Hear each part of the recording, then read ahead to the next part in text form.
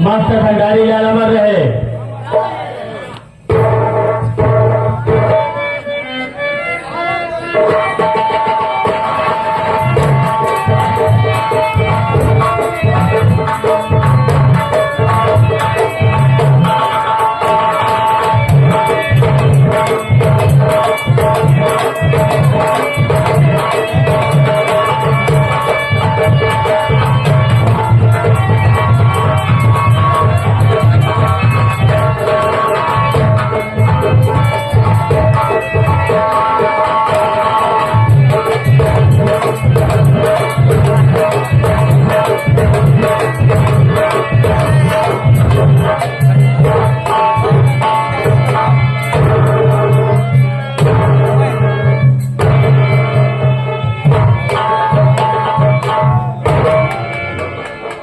आए हुए मेरे भाई, आइए मेरे प्यारे प्यारे भाइयों एवं सभी दर्शक बंधुओं के सेवा में मेरी पहली बात है। पहली बात है मैं आप लोग के सेवा में कुछ कहने वाला हूँ, कह भी रहा हूँ, कहने चल भी रहा हूँ, और आप सब मेरी बात को सुनने वाले हैं, सुन भी रहे हैं, सुनने चल भी रहे हैं। बड़े खुशी की बात और बड़े सौभाग्य की बात और अत्यंत दुख की हुई बात है कि आज आप लोग के बीच में हमारे प्रामादरणीय श्री भंडारी लाल मास्टर साहब जो भगवान को प्यारे हो गए, उनके आत्मा के शांति है तो हमारे प्रामादरणीय हमारे जितेंद्र भैया सभासद जी और सभी पूरे ग्रामवासी मिलकर के विचार और सहयोग बना करके अपने मास्टर साहब के यादों को ताजा करने के लिए हमारे जितेंद्र भैया मास्टर स्वर्गीय श्री भंडारी लाल पायटी जी का आयोजन किए हुए हैं और उनके यादों को ताजा करने के लिए आप सबके दर्शनार्थ में और आप सबकी सेवा करने के लिए हम सभी कलाकारों को बुलवाया गया है। तो जब आप लोग की सेवा में कुछ कहने वाला हूँ, कह भी रहा हूँ, कहने चल भी रहा हूँ, और आप सब मेरी बात को सुनने वाले हैं, सुन भी रहे हैं, सुनने चल भी रहे हैं, तो आप लोग मजे लेने के लिए आए हुए हैं, मनोरंजन लेने के लिए आए हुए हैं। तो अपने सभी दर्शक बंधुओं से निवेदन करेंगे, इसलिए कि कलाकार मैं नहीं, कलाकार तो आप लोग हैं बाबू। कहते हैं जो चौकी पे होता है चौकीदार होता है, जो जमीन पे होता है जमींदार होता है। तो हम लोग के जमींदार आप ही सब हैं।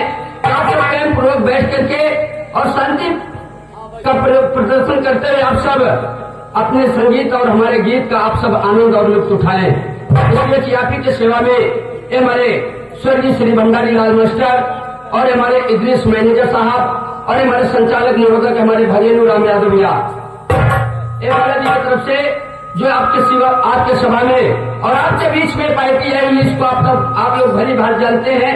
ये पार्टी यही की है और यही के कलाकार हैं, हम सब भी आपके ही बच्चे हैं। तो जब आप लोग मजा और मनोरंजन लेने के लिए आए हुए हैं तो आप लोग शांति का परिचय दीजिएगा। ये लिए मजा आई कब, जब आप सब रात में थाना रहा तब ना ही पता लगे भाई हल्ला गुल्ला मचावई लागा और हम रात भर करब सवेरे अपने अपने घरे जागत का बताइए आप।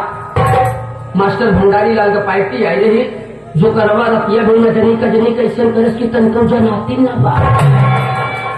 तो आज वैसे खड़े खड़े करवा गया तो हम जना जिम्मेदारी न ले। अगर आप लोग बैठ करके प्रेम पूर्वक शांति का व्यवस्था देते हुए अगर आप लोग प्रोग्राम को देखेंगे तो इतना मजा देव कि जौन मजा ले पाया ले और जौन न ले पाया तले अपने आंखों का ठियाए गया।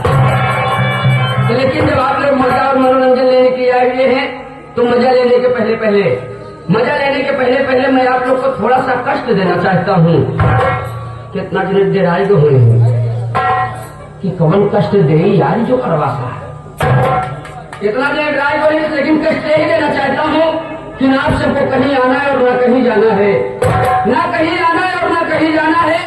सिर्फ बैठे बैठे एक बार प्रेम से भगवान का नाम लेना है, उस परम पिता परमेश्वर का नाम लेना है जिसने हम आपको और इस संसार को बनाया है। अगर जाए भगवान का नाम ले ली जाए, जगह पवित्र हो जाए, भगवान का वास हो जाए, तो उसके बाद रतिया और मजा हमका तनके उतराज नहीं। तो सबके मजा बिना इतना बढ़िया बढ़िया मार छाट के लिए आई है। अपने अपने मन का बेराई हो गई, हमरे लाहे बा, लेकिन हमने भी एक न छोड़े हो गया।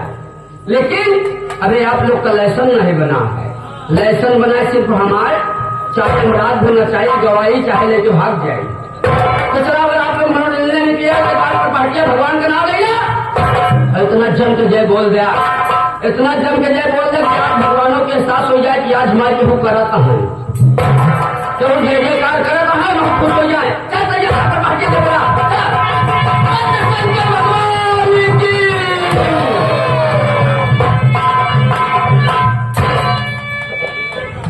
भाई भला भाई मारा यार सारी कथा भरभंड कही देहात। इतना देर से चढ़ाव बढ़ाव में ले गए तो चार जने कहा था जे और कहता है मोरे चुनने पे गए हम जे बोले जाइए भगवान का नाम ले जाइए, एक मजा ले जाइए। हम सब जानते हैं कि आप सब मजा ले जाइए, भगवान का नाम नहीं ले जाइए हैं, तब लोग मजा दे जाइए। तो भैया आप लोग चार जने जय कहा था और सब कहा था जल्दी कुछ आगे बढ़ाए, तो आप लोग की सेवा में आए हुए हैं। ने बोला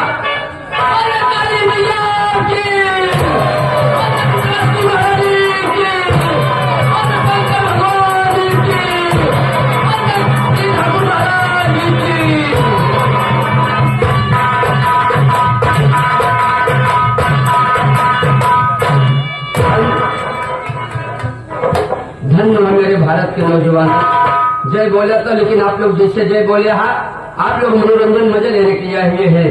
तो मैं वही जोकर सोकर हमारे काम है रात में आचे पाछा करे वाला आचा पाछा न करे तो आप लोग का अच्छा न लगी, इसलिए हमारी धरती मनई का देवी दोस्तों माफ कर देते। तो हमें फर्ज में कि आचा पाछा करे पहले उल्टा सीधा करे पहले हम लोग देवी दोस्तक मनाइए ताकि जगह पवित्र हो जाए, भगवान का वास हो जाए। उसके बाद रतिया में आप सब मजा हमका